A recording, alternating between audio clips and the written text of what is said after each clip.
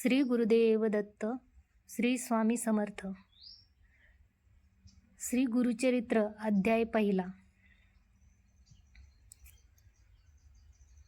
श्री गुरुदेव दत्त परब्रह्माय नमः. दत्तात्रय स्वामींचे अपार आणि अमोघ महिमा सांगणारा श्री गुरुचरित्र हा भूतलावावरील सर्वात पवित्र, असामान्य तथा अलौकिक ग्रंथ आहे. हा ग्रंथ परिपूर्ण व सिद्धप्रत ग्रंथ गुरुभक्तांच्या उद्धारार्थ रचित आहे, जो स्वयंभू परमात्म्यापेक्षा गौण नाही. या पवित्र ग्रंथरचनेच्या प्रारंभी मी सकल विघ्ने दूर करणाऱ्या विघ्नहर गणपतीला माझे विनम्र अभिवादन करतो.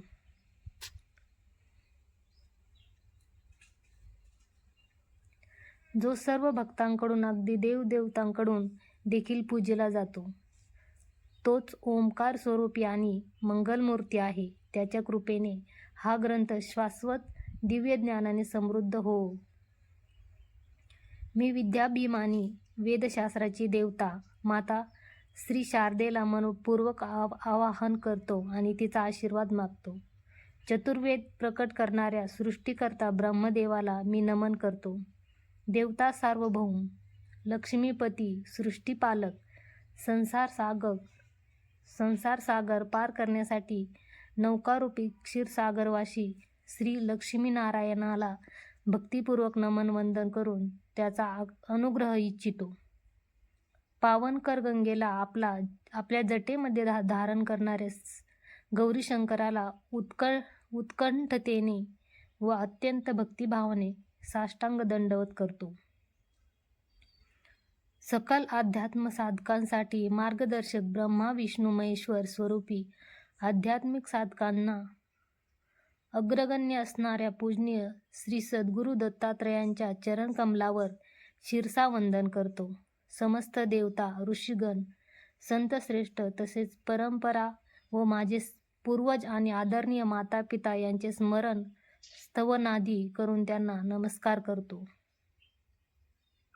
ज्यांच्या आशीर्वादाशिवाय मी हा ग्रंथ संकलित करू शकलो नसतो, मी त्यांच्या सर्वांना मनापासून प्रार्थना करतो आणि त्यांनी मला मार्गदर्शन करून मला प्रेरित करावे, तसेच सद्गुरू दत्तात्रय महाराजांची अवतार लीला प्रसिद्धीस आणण्याचे भाग्य मिळवून द्यावे. मी एक अज्ञानी आणि मंदमती माणूस असल्यामुळे माझ्याकडे काव्यात्मक प्रतिभा किंवा ग्रंथरचनेचे प्रावीण्य नाही. माझ्याकडे व्याकरणाची शैली तसेच माधुर्यतेची कमतरता व इतर परिसीमा आहेत. प्रत्यक्षात सद्गुरू स्वतःच या ग्रंथाचे लेखक आहेत. श्री गुरु कृपेनेच मी हे श्री गुरुचरित्र विस्तारपूर्वक कथन करणार आहे. परमपूज्य नरसिंह सरस्वती महाराजांच्या अनुग्रह प्राप्त झालेले आपस्तंभ शाखेचे कौंडिन्य गोत्रीय साखरे उपनाम असलेले सायनदेव हे एक निस्सीम गुरुभक्त होते.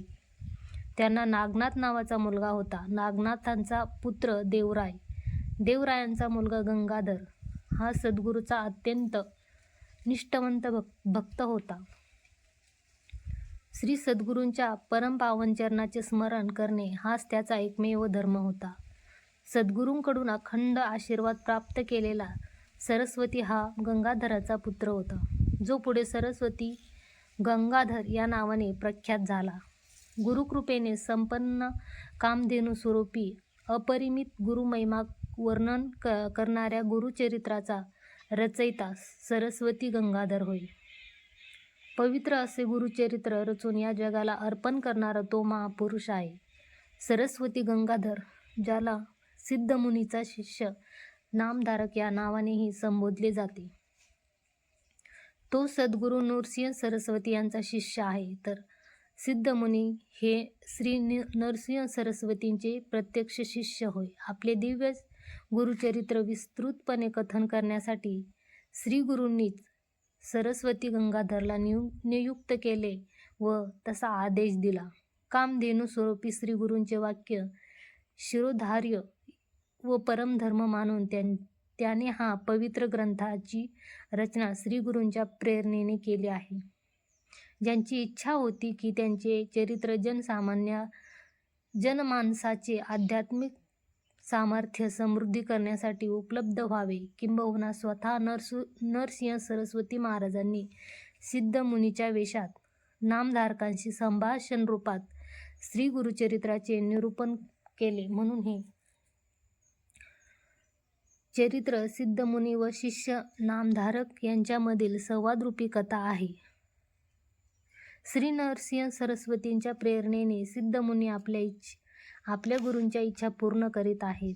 अमृतमय ज्ञानाने परिपूर्ण श्री गुरुचरित्र ही एक अभूतपूर्व कथा आहे, जी मानवाच्या सर्व इच्छा मनोकामना पूर्ण करते. श्री गुरुचरित्र हा अमृतमय ज्ञानाने भरलेला कुंभ आहे. श्री गुरुचरित्राचे पठण, श्रवण आणि लेखन करणाऱ्यांच्या वंशातील सारे धर्म, अर्थ, काम, मोक्षादी जीवनातील 4 सर्वोच्च मूल्ये साधण्यात यशस्वी होतात, असे श्री गुरूंचे आश्वासन आहे. तथा वेदही तसेच घोषित करते. यात काही अतिशयोक्ती नाही. श्री गुरुचरित्र ही भक्तांची सर्व इच्छा पूर्ण करणारी कामधेनू आहे.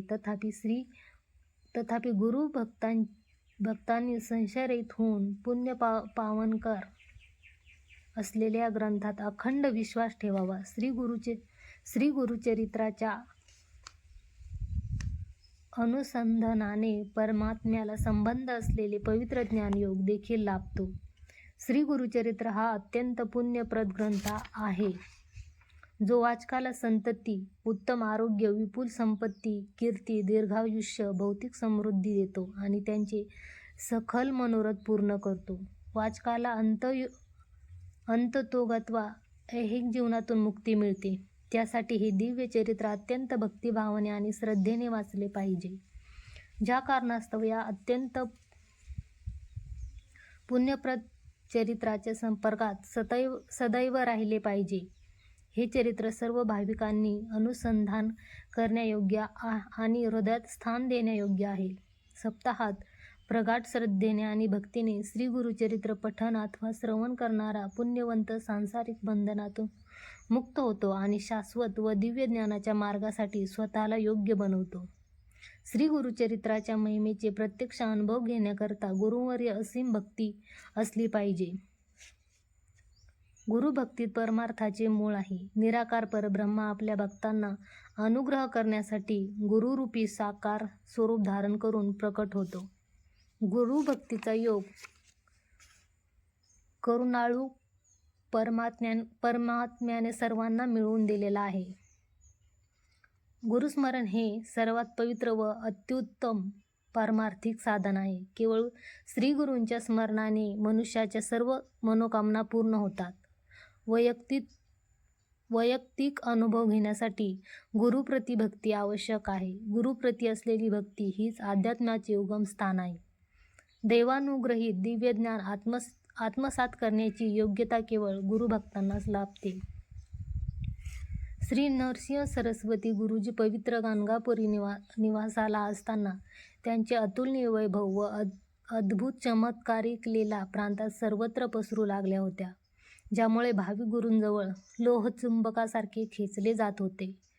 अगम्य दुःख आणि नुकसानामुळे गुरुभक्त नामधारकाने सांसारिक जीवनात अपार दुःख सोसले होते.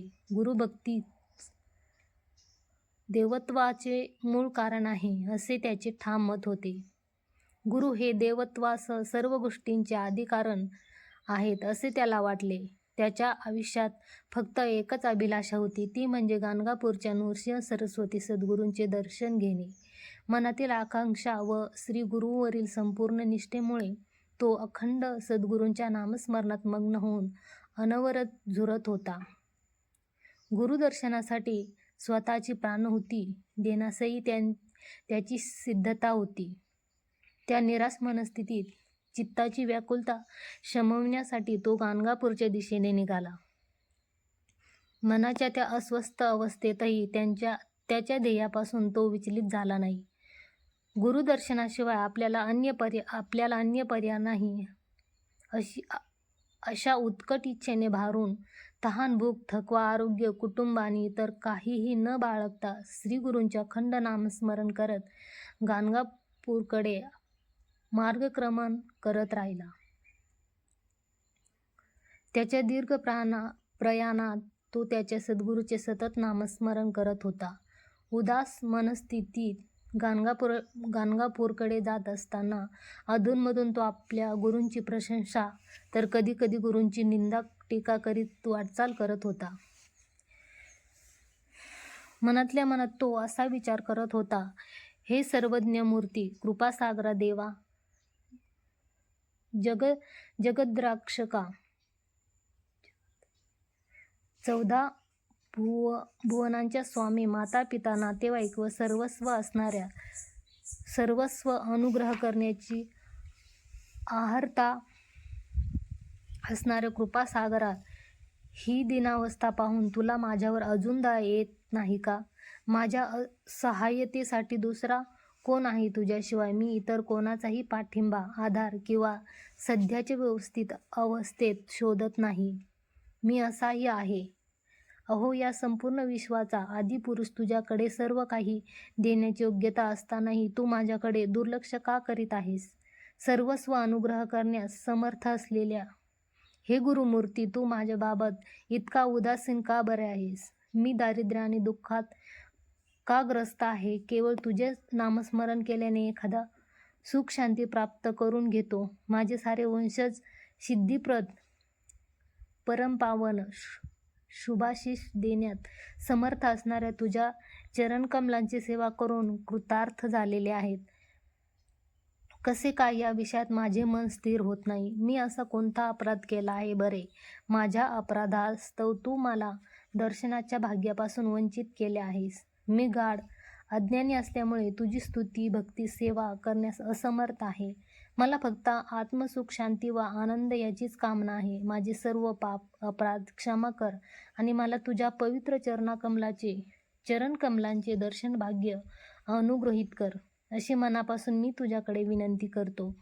आता मी या नरक नामक सांसारिक जगात शिंदो आहे. यापुढे मला या अर्थहीन क्षणभंगूर जगात जगण्याची इच्छा नाही. हे गुरुदेवा, तुम्ही माझ्या हृदयातील प्रार्थना ऐकली का? अशा प्रकारे मार्गक्रमण करत असताना अनाथनाथ श्री गुरु महाराज स्वप्नासारखे स्थितीत असताना त्याला प्रकटले. तत्क्षणी नामधारक श्री गुरूंच्या चरणकमलावर लोटांगण घालून त्यांना शरण आला. श्री गुरूच्या चरणधुळीचा प्रसाद माथ्यावर धारण करून आपले आनंदाश्रू वाहून चरणकमलावर अभिषेक केला. तो तान्ह्या बालकासमान अश्रू ढाळत होता. त्या आनंदाच्या क्षणी श्री गुरुजी आपल्याच अंतःकरणात उपस्थित असल्याचा भास त्याला झाला. त्याने आपल्या पूज्य गुरूंची प्रतिमा आपल्या पवित्र हृदयात स्थापित करून मनापासून मानसपूजा केली. त्या आनंद सुखाच्या क्षणी त्याने अद्वितीय भावनिक स्थिती अनुभवली. त्याला श्री गुरूंचा परिचयही झाला. निष्कपट सद्भक्ताच्या पवित्र हृदयात श्री गुरुनाथ सदैव वास करतो हे जाणून तो अत्यंत संतुष्ट झाला. श्री गुरूंच्या दर्शनासाठी उत्सुक असलेले त्याचे व्याकुळ मन शांत झाले. अनेक जन्मानंतर गुरु भेटीने आपले जीवन सार्थक झाल्याचा आनंद त्याला झाला. त्याच्या गुरुविषयी तळमळीला देवाने प्रतिफळ दिले. त्याला मनक शांती प्राप्त झाली. तो ब्रह्मानंदाच्या महासागरात बुडून गेला. इथे परमकल्याणकारी श्री गुरुचरित्राचा प्रथम अध्याय संपन्न होतो. श्री गुरुदेव दत्त. श्री गुरु दत्तात्रयार्पणमस्तु. श्री स्वामी समर्थ.